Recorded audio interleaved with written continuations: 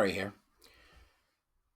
Warrior teachers know well the dangers of gender identity ideology, as well as the dangers of everything else that comes under the EDI/DEI banner, the dangerous use of identity politics, the vapid virtue signalling, the ridiculous notion that we're all members of identity groups, and the creation of affinity groups within workplaces which are designed to disrupt and destroy business and organisation. We've seen this recently with the revelation of the size of the Muslim group in the civil service. We also know that these organisations will have a LGBTQ organisational group. They will have a group for other people that want the trans group or whatever it may be. All of this is designed to cause disruption, and all of it comes under the banner of EDI/DEI. This hydra, of which there are a number of heads, must be destroyed, and each head must be decapitated. There is no arguing with these people. There is no what you're looking for, a middle ground. There isn't one. There is no middle ground with any of this. This is most starkly illustrated in one phenomena, which has again raised its ugly head before us. And that ugly phenomena is the conversion therapy bill, which the Labour Party are absolutely committed to bringing in. And in bringing it in, to include the fantasy and the utter depravity of transgender identities within that bill.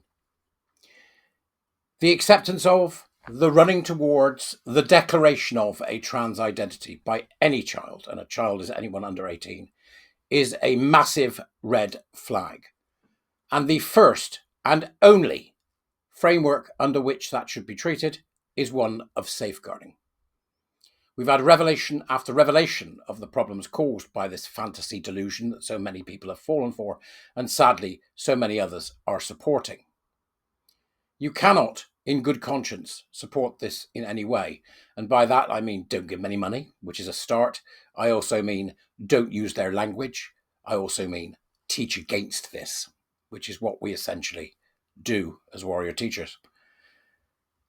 There's a dreadful homophobia at the heart of all this.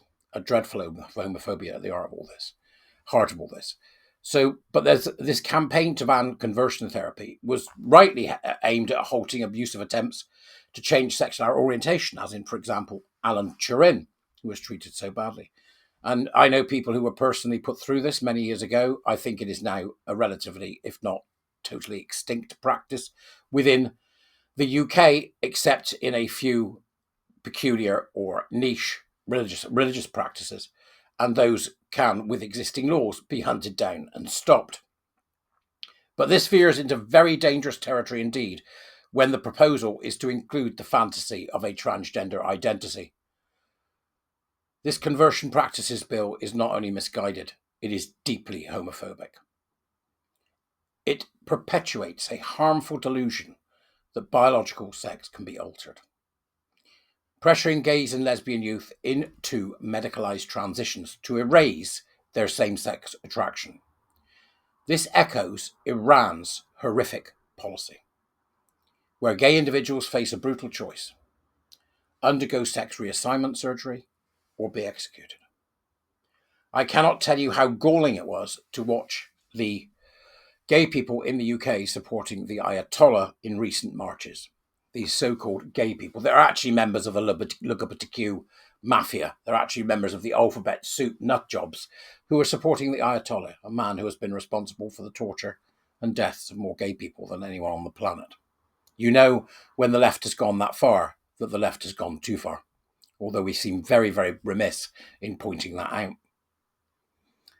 Both the UK's trans-inclusive bans and Iran's draconian measures stem from a flawed conflation of sexual orientation with the cult fantasy of gender identity, a fiction peddled by their cultish groups like Stonewall and the LGBT Foundation and the broader LGBTQ+ movement. They are a betrayal of gay youth, exposing their homophobic roots and the perilous ideology driving them. Conversion therapy, which was historically used to suppress homosexuality through discredited methods like aversion therapy, is unequivocally harmful. The British Psychological Society and NHS England have long condemned it, citing increased risks of depression, anxiety and suicide. It then strikes me as somewhat extraordinary that they are now so supportive of trans Who's pulling the strings? If we include the fantasy of transgender identity in conversion therapy, this distorts this moral imperative of helping people who are gay. Sexual orientation is a stable, biologically rooted trait, but the obviously insane notion of gender identity, the belief one can change sex through hormones or surgery, lacks credible evidence of any kind and feeds the mentally ill and simply the perverted. As many of you already know, the Cass Report 2024 was a landmark independent NHS report which exposed the remarkably weak, they say, although in reality what that means is none in NHS speak, evidence for gender-affirming interventions such as puberty blockers, which cause infertility, cardiovascular harm, brain damage. This dangerous fantasy is not equivalent to sexual orientation, and conflating the two harms gay youth most of all. Most of the adolescents that were referred to the gender clinics were same-sex attracted or grappling with internalized homophobia. That's what Cass found. 80% of children with so-called gender dysphoria, which is not a real thing, by the way, watch the video about the DSM if you really want to know what's going on. They naturally desist by adulthood, often growing up to be gay or lesbian without medical intervention. What a surprise.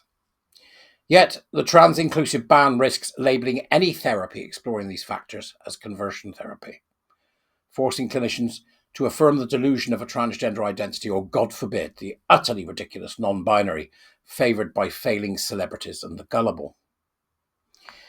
This pressure mirrors Iran's approach. We might not like it, but it does, where gay individuals are told their same-sex desires mean they're born in the wrong body and must transition to survive. Literally to survive, lest they be hung publicly from a crane. In the UK, this affirmation model, championed by Stonewall and the LGBT Foundation, pushes gay youth towards irreversible medical procedures, effectively converting them from homosexual to heterosexual by altering their perceived sex so that others can feel comfortable. This is homophobia masquerading as progress. Iran's wicked policy illustrates the dangers of this ideology in its most extreme form. Under the Islamic Penal Code, homosexuality is punishable by death for men and flogging for women, with over 4,000 executions since 1979. I don't know how any gay person supports this. You really have to think to yourself, what's wrong with them? Well, I think it's because they're queer, aren't they? They're not gay. They're queer. I just can't get my head around it, quite frankly. Let me know whether you can in the comments, but I can't. Under the Islamic Penal Code, homosexuality is punishable by death for men and flogging for women, with over 4,000 executions since 1979. Since the 1980s, Iran has legalized sex reassignment surgery, following a 1986 decree by Ayatollah Khomeini, and ranks second globally in such procedures. I'm sure there are many in the LGBTQ plus band that would be happy about that. I see India Willoughby was. Hashtag I stand with Iran. This is how insane these people are. Gay individuals are emotionally tortured into surgery to escape execution. A gay man can transition to live as a woman, rendering his attraction to men acceptable. Iran, of course, prefers mass surgeries to executions to deflect international criticism, but the result is the same. Gay identities are erased through medical coercion and experimentation. This is conversion therapy by force, folks, using hormones and surgery instead of prayers or shocks. It's exactly the same thing. The UN Human Rights Council reported that gay Iranians face electric shocks and forced hormone administration to enforce conformity. The 2021 murder of gay non-binary youth Alireza Fazeli Monfared by relatives underscores the state-sanctioned homophobia fueling the violence. I can only think that that poor person, they just thought, if I'm non-binary, maybe they won't kill me. I hate this thing. I hate it with a passion. Iran's claim that homosexuality is an illness to be cured through transition parallels the affirmation model pushed by a trans-inclusive ban here in the UK. It assumes that gender distress, whatever that may be, in gay youth signals a transgender identity. Both policies obliterate gayness, one with a scalpel and the other with legislation. And believe me, young people don't suddenly develop these ideas. They are being taught them through our education system. They are being taught them through the internet. They are being allowed to be taught them by gullible and unthinking, naive parents. But the UK's trans-inclusive ban are driven by the cultist ideology of the LGBTQ plus movement, led, of course, by organisations like Stonewall and the LGBT Foundation. Stonewall did defend gay rights. It did great work, you know, as well as I do. But now they lobby for policies that silence dissent and vilify critics. The LGBT Foundation similarly endorses rapid affirmation, ignoring high desistance rates. They demand unwavering allegiance to trans dogma. They will ostracise detransitioners. That's an interesting one. See, this is what happens when you try to leave a cult. They ostracise detransitioners. Really. These groups demand the unwavering allegiance to trans dogma, ostracising detransitioners, many of whom are gay or lesbian, who expose the harm of premature medicalization. The zeal is epitomised best by the World Professional Association for Transgender Health, whose standard of care underpin gender-affirming practices globally. You can find the guidelines. There's an article to go with this on Twitter and on Substack. They advocate for puberty blockers and hormones despite admitting limited evidence for their safety in minors. They're lying. Disturbingly, WPATH's 2022 standards include a chapter on eunuch identities, referencing the Eunuch Archives, a website hosting graphic content about castration fantasies involving boys and men. Is there anybody that can't see this yet? Thousands of people who still can't see it, and those, of course, who won't. The denizens of Canal Street who get upset that I was out having a drink the other day, they won't see it.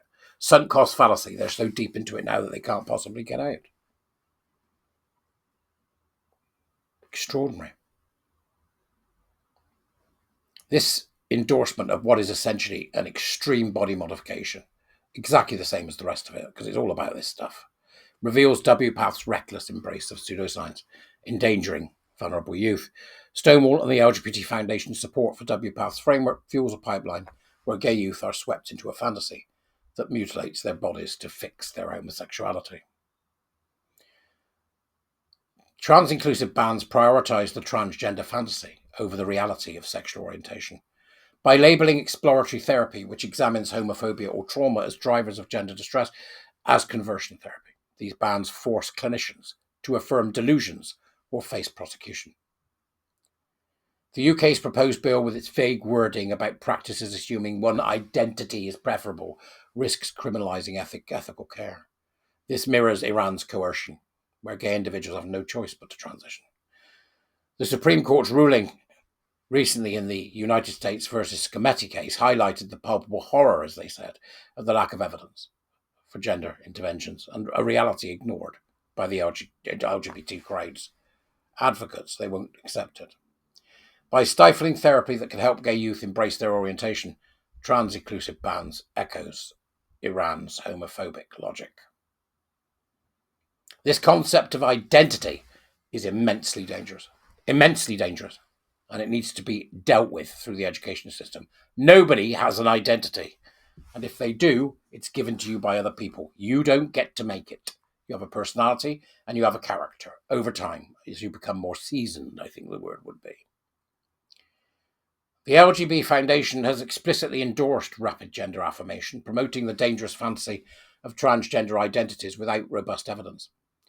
Its trans support website section urged healthcare providers and families to support hormone therapy and social transition for youth without questioning or looking at underlying factors like homophobia, despite the Cash Review highlighting the weak evidence for such interventions and their risks, including infertility. In 2023, the Foundation's Pride in Practice programme, which trains GP surgeries, issued guidance instructing clinicians to affirm patients' gender identities and avoid exploratory discussions, discouraging the nuanced care recommended by the Cash Review to address potential same-sex attraction or trauma. There should be no nuanced care. It's a red flag. End of story. Safeguarding is the only framework. It's interesting because I'm about to have that conversation with my doctor's surgery, I think. I'm about to have that conversation with them. Went in the other day, they had the Pride in Practice thing on the wall, and I said, what the hell is that? So I'm about to have that conversation. So maybe others of you will be having that conversation with your doctor's surgeries, where you see the Pride in Practice sort of award certificate on the wall, perhaps. The cultist nature of the LGBTQ plus movement, exemplified by Stonewall and the LGBT Foundation, manifests and is glorified at its most horrendous at Pride events, which have become platforms for enforcing transgender ideology at the expense of gay youth. 2018 Stonewall support for the Trans is Beautiful campaign at London Pride sidelined lesbian voices, with trans activists intimidating protesters carrying banners reading "lesbians don't like penises," resulting in their ejection from the Pride. Get your head around that. They ejected lesbians from Pride in the name of cross-dressing fetishistic men and the mentally ill. This incident shows how Pride, once a celebration of same-sex attraction, has been hijacked to pressure gender non-conforming youth, many of whom are gay or lesbian, into identifying as so-called transgender, aligning with the Cass Review's findings that such affirmation harms same-sex attracted adolescents by pushing dangerous and iatrogenic social transition and irreversible medical transitions. The LGBTQ plus movement's coercive tactics turn Pride into a vehicle for ideological conformity, betraying its original purpose, and centering, in many cases, fetishism and paraphilia, from pups to furries to men dressed as women. This has become a public spectacle that is not suitable for any family or for any child. Pride was not and is not about these people. It has nothing to do with trans, and it certainly is not a party for fetishists, although it has been taken over by these people. Be warned, gays and lesbians out there who are happily enjoying Pride Month and the Pride season. Every penny you give these people goes towards supporting sterilising gay youth, which you once were. Think seriously about that. Manchester Pride is coming up. And Manchester Pride charges for people to go so that they can see some out-of-date pop star flouncing around on a bloody stage. Don't give them a penny. If you pay them money, you are supporting the actual harm of gay and lesbian children and adolescents. If you support this, you are supporting the same thinking that executes Iranian gays and lesbians. You may want to give that some serious thought. Everybody should give that some serious thought. Opposing this type of trans-inclusive ban does not mean endorsing abuse. So coercive attempts to change sexual orientation, like Iran's forced transitions, must remain illegal. However, bans must focus solely on protecting sexual orientation, in which case trans has to be recognised for what it is, trans in the gay way. It is the conversion therapy. It is the conversion therapy. I think the government should, and we most certainly as individuals should think this way, safeguard ethical therapy, allowing clinicians to explore homophobia, social pressures, ADHD, autism, looked after kids, kids who are bullied.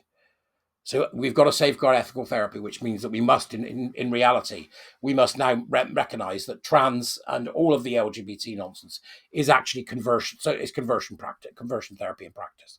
They have to confront this homophobia in schools. We must go into schools and we must actively teach against this. All of it. Actively teach against. Essentially, EDI and DEI to warn the next generation of the dangers of that overarching idea that has brought us the horror of queer theory and the horror of gender identity. We got to expose these groups more. Stonewall, the LGBT Foundation, WPATH, they must become accountable for promoting dangerous fantasies, including the link to sites like the Eunuch Archive and the very many other examples of the horrors they have produced in order to convince children that there's such a thing as trans, and to try to get the public to buy into their utter lunacy, which of course they gradually aren't. But I won't be happy until some of these people are in the dock, and that's where my eventual aim is. If you want to know what my telos is, what's his aim? What's his telos? My telos? I want to see these buggers in the dock. That's my telos. I don't know what you want, but that's what I want. Iran's execution or transition policy, as it's called, is a grotesque warning of what happens when gender ideology overrides sexual orientation. Trans-inclusive bans perpetuate the same homophobic harm by pushing gay youth into medicalized fantasies that will tear apart not just their minds, but their bodies. When I get together with the warrior teachers and we discuss ways to deal with particular instances of this within our social milieu, we all know that. Because what we're doing is fighting to maintain a true history, but also to rewrite the future, a future that is safe for children, a future that is safe for people who are gender non-conforming, and a future that will abandon the insanity of the entire gender ideology, trans, queer idea. That's the head of the Hydra we need to execute. That's the head that's got to go. And we focus on that as well as EDI, DEI overall. It'll be interesting to see what happens shortly, because I'm very intrigued to know whether or not this kind of absolute condemnation, teaching against, ending things such as affinity groups, ensuring that organizations are not able to utilize EDI, DEI to push this nonsense and therefore endanger gay and lesbian youth, how far our side will want to go. Our side, the GC and everybody else that's got themselves involved in this milieu.